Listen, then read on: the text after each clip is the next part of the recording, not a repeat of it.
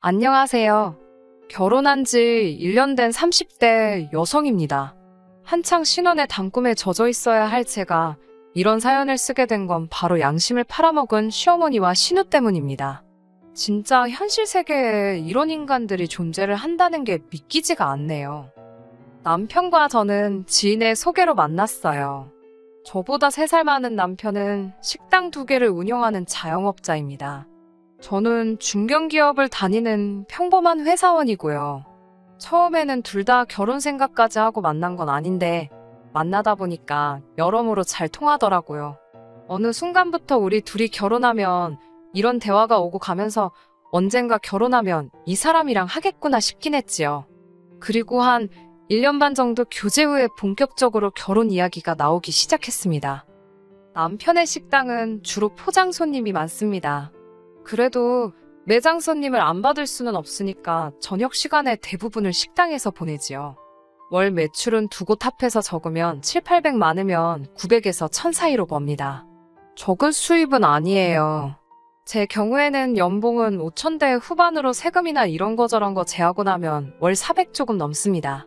남편에 비하면 적은 편이지만 회사에서 주는 복지나 혜택 등을 고려하면 직장인치고는 나쁜 편은 아니에요. 결혼할 때 남편은 결혼에 쓸 수 있는 여유 자금으로 1억이 있었고 저는 6천이 있었습니다. 그리고 당시 저는 보증금 3000짜리 반지하에서 전세를 살며 자취 생활을 하고 있었어요.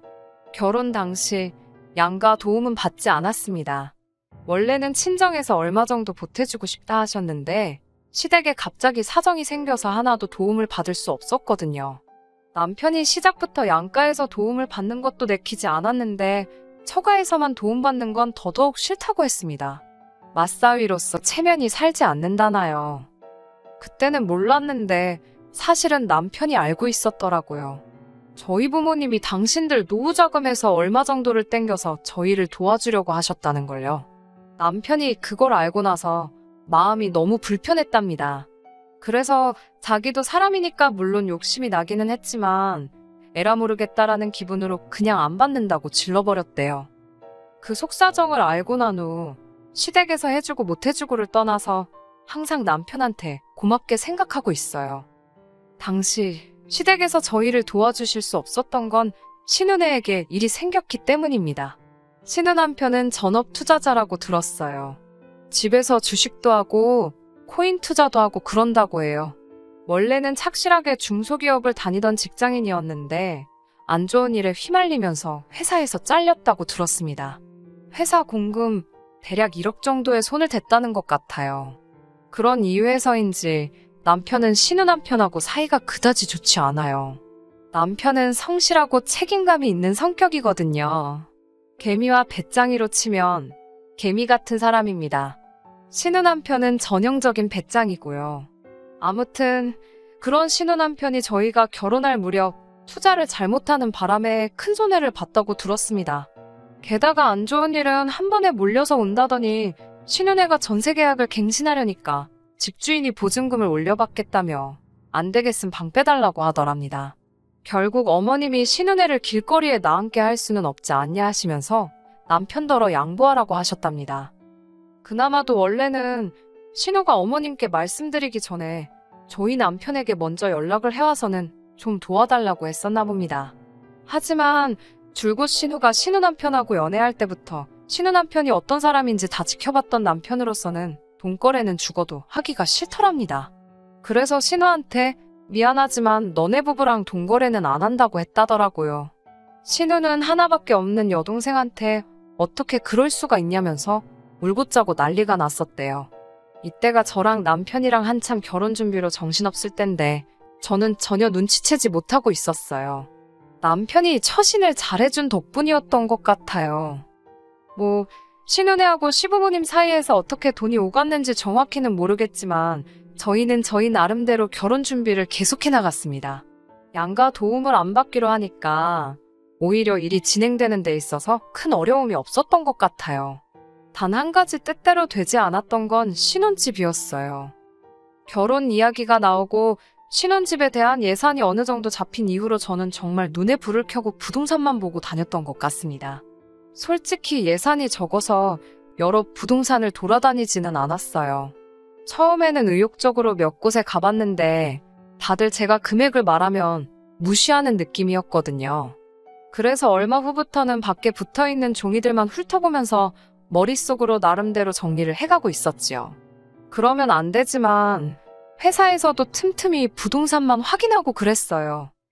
그래도 결국 결혼식 날까지 신혼집을 못 구해서 식을 올리고도 한동안 각자 별거 생활을 하는 초유의 대참사가 발생하고 말았지 뭐예요.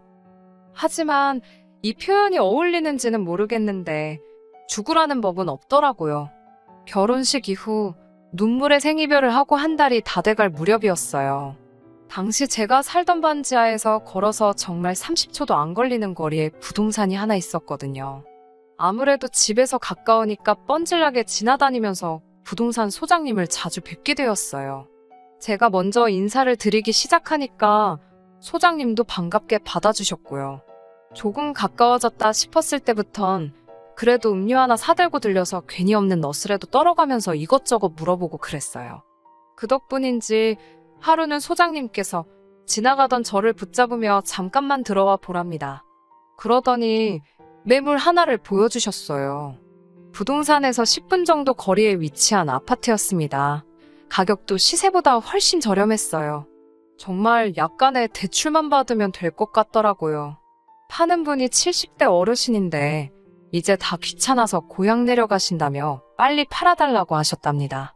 안에 좀 수리는 해야 되겠지만 그래도 이런 매물은 잘 나오지 않는다면서 매물 보자마자 제 생각이 나서 아직 아무데도 안 올리셨다고 그러시는 거예요.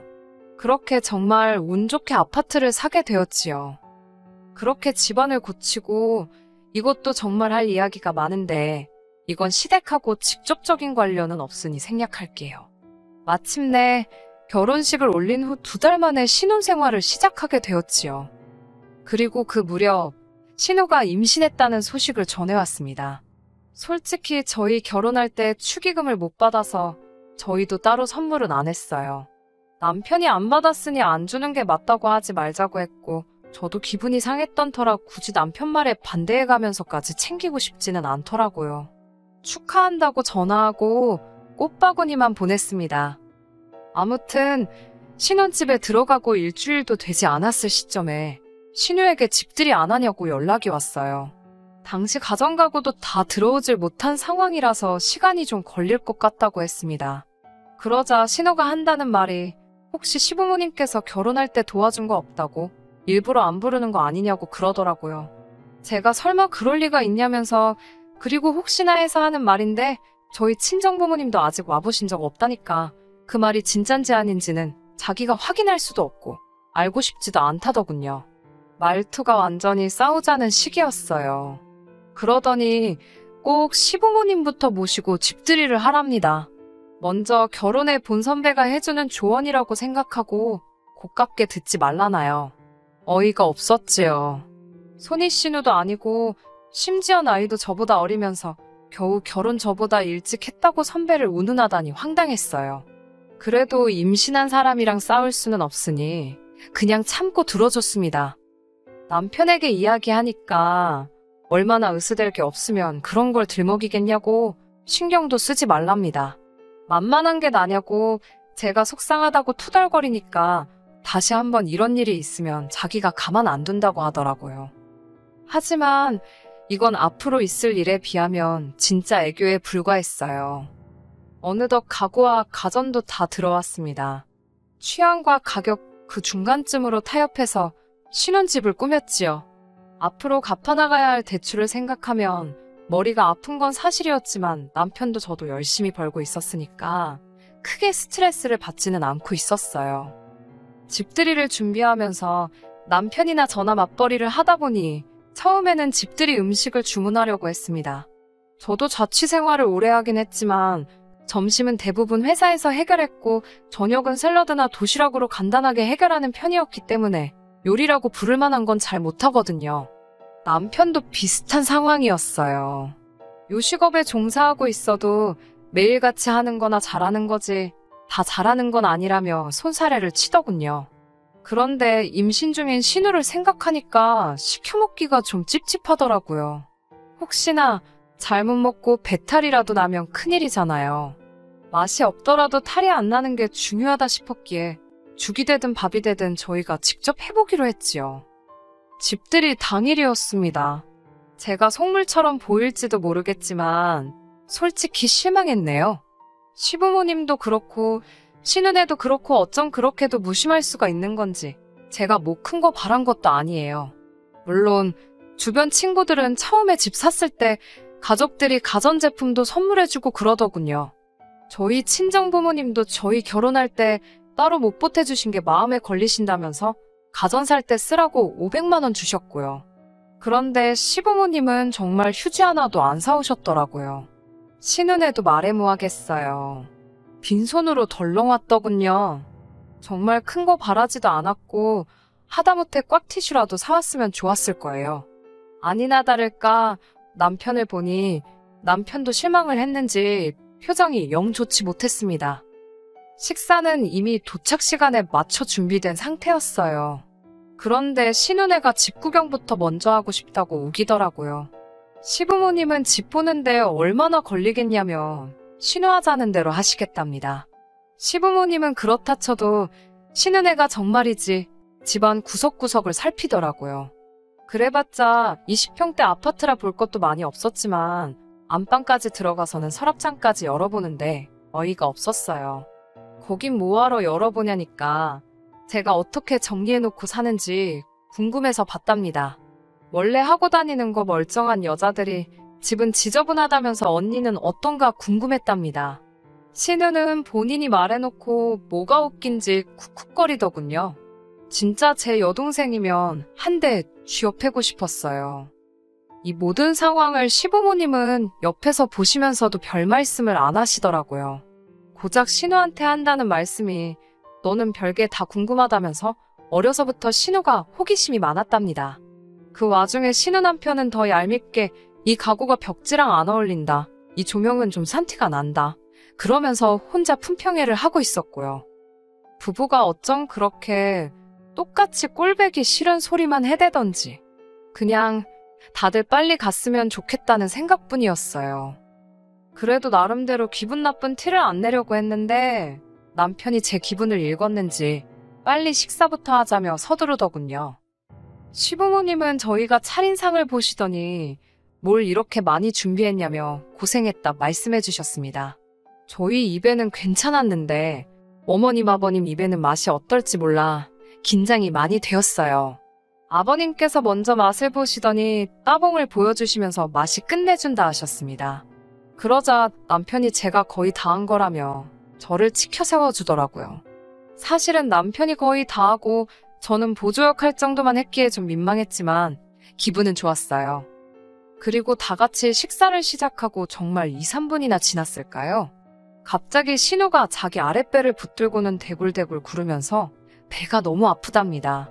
속이 너무 이상하다면서 토할 것 같다고 저더러 음식에 뭘 넣었냐고 고래고래 소리를 지르더라고요.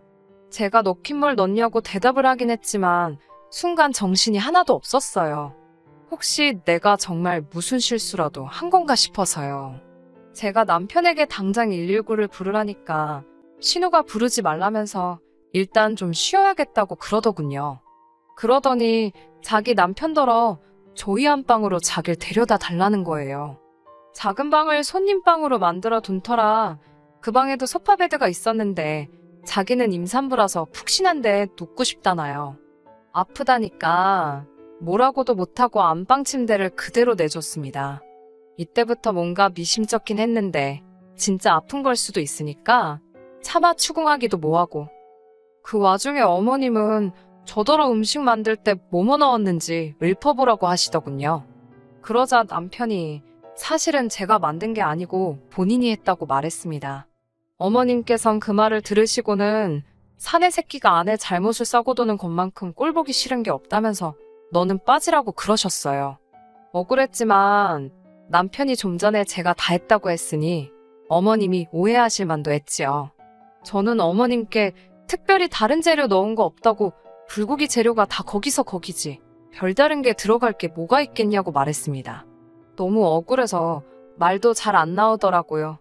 저는 계속해서 제가 뭔가 잘못 넣었으면 왜 다른 사람들은 괜찮냐고 어째서 신우만 아프겠냐고 물었지만 어머님이 저를 보는 눈빛은 말 그대로 너 내 딸한테 무슨 짓을 한 거냐 이거였어요.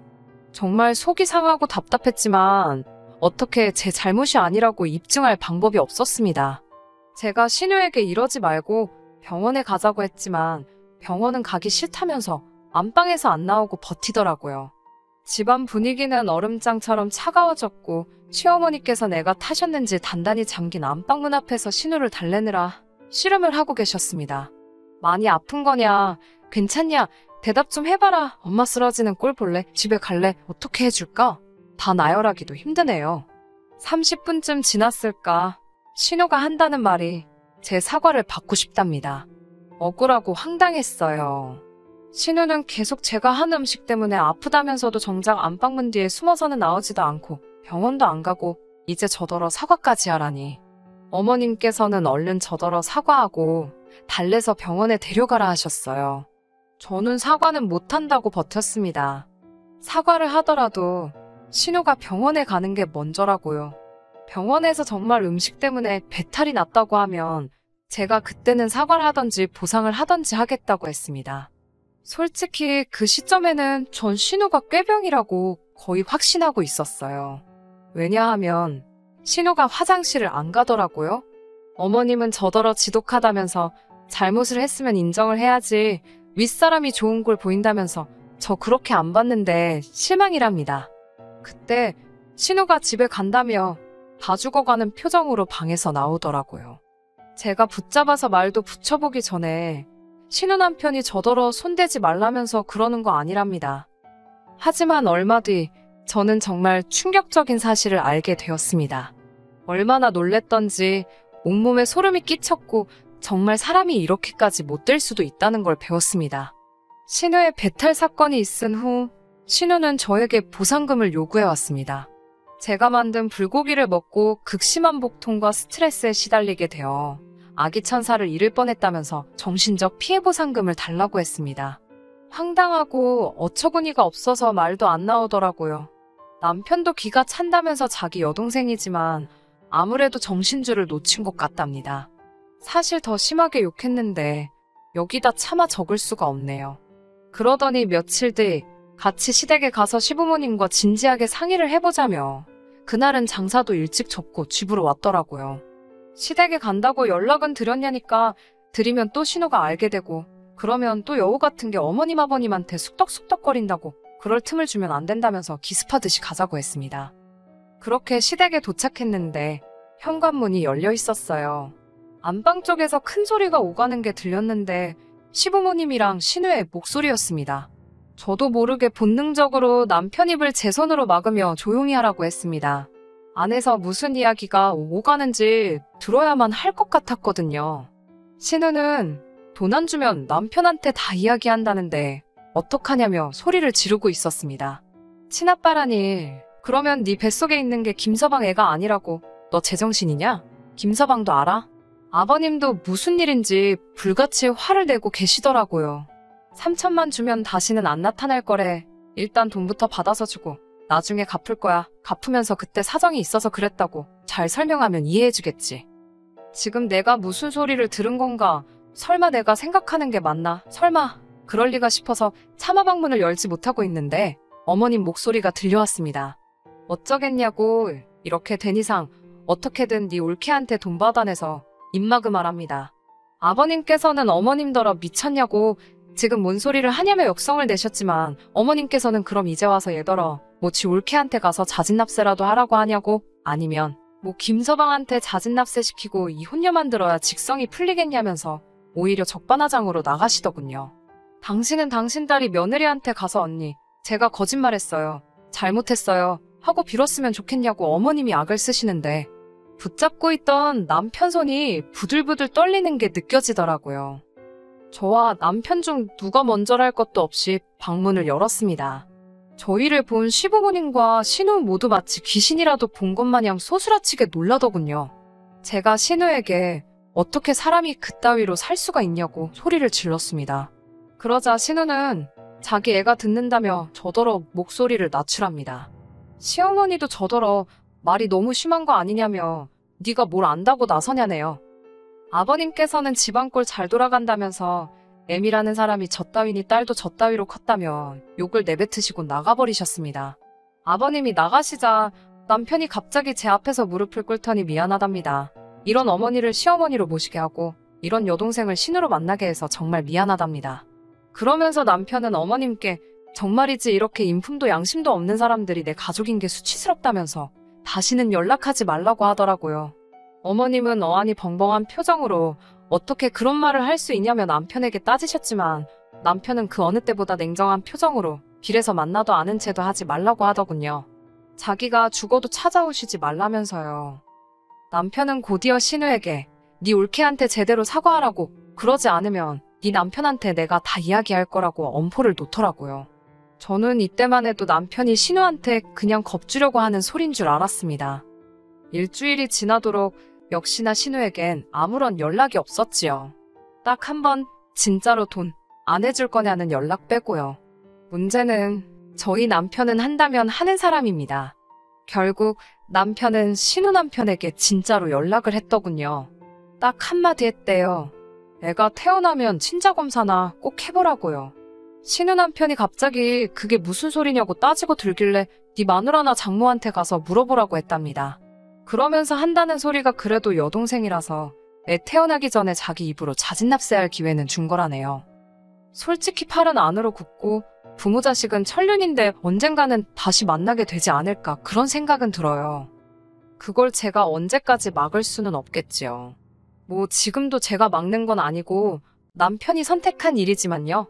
그래도 당장은 남편이 든든하게 제 편에 있어주니까 다행이다 싶습니다. 훅이라고 해야 될지는 모르겠는데 남편의 고집으로 결국 저희는 새 집에 얼마 살아보지도 못하고 이사를 했습니다. 시댁 식구들이 저희 집 주소하는 게 찝찝하다면서 남편이 이사를 강력히 주장했거든요. 지금 이사 온 곳은 시댁 식구들은 아무도 몰라요. 그리고 요 근래에는 아버님하고만 연락을 주고받으며 지내고 있습니다. 사실 그 사건 당시 아버님의 반응은 그래도 정상이셨잖아요. 그래서 아버님께 연락이 왔을 때 피할 이유가 없었습니다. 오히려 좀 반갑기도 했었어요. 아버님께서는 결혼할 때 하나도 못 해준 것도 미안하고 집들이 망친 것도 미안하고 여러 가지로 마음에 걸리는 게 많으셨다면서 저희에게 800만 원을 주셨습니다. 이 큰돈이 어디서 난 거냐고 여쭈니까 시어머니랑 그날 이후로 하루가 멀다하게 싸우시다 얼마 전 홧김에 시어머니 차를 팔아버리셨대요. 그리고 신우네는 이혼하기로 했답니다. 신우가 돈을 준다 말만 하고 안 주니까 친아빠란 사람이 작정하고 나타나서는 신우 남편한테 다 불었답니다. 웃긴 건 신우 남편한테도 오래전부터 여자가 있었나 봐요. 지금 신우가 다른 남자애를 가진 게 먼저냐, 신우 남편이 여자 만난 게 먼저냐, 뭐가 더 질이 나쁘냐를 놓고 다투는 중이랍니다. 제가 보기엔 도낀 객낀인데 말이에요. 끝까지 들어주셔서 감사합니다. 오늘의 사연은 여기까지입니다. 구독과 좋아요, 알람 설정 부탁드리고 더 좋은 사연으로 다시 찾아뵙겠습니다. 감사합니다.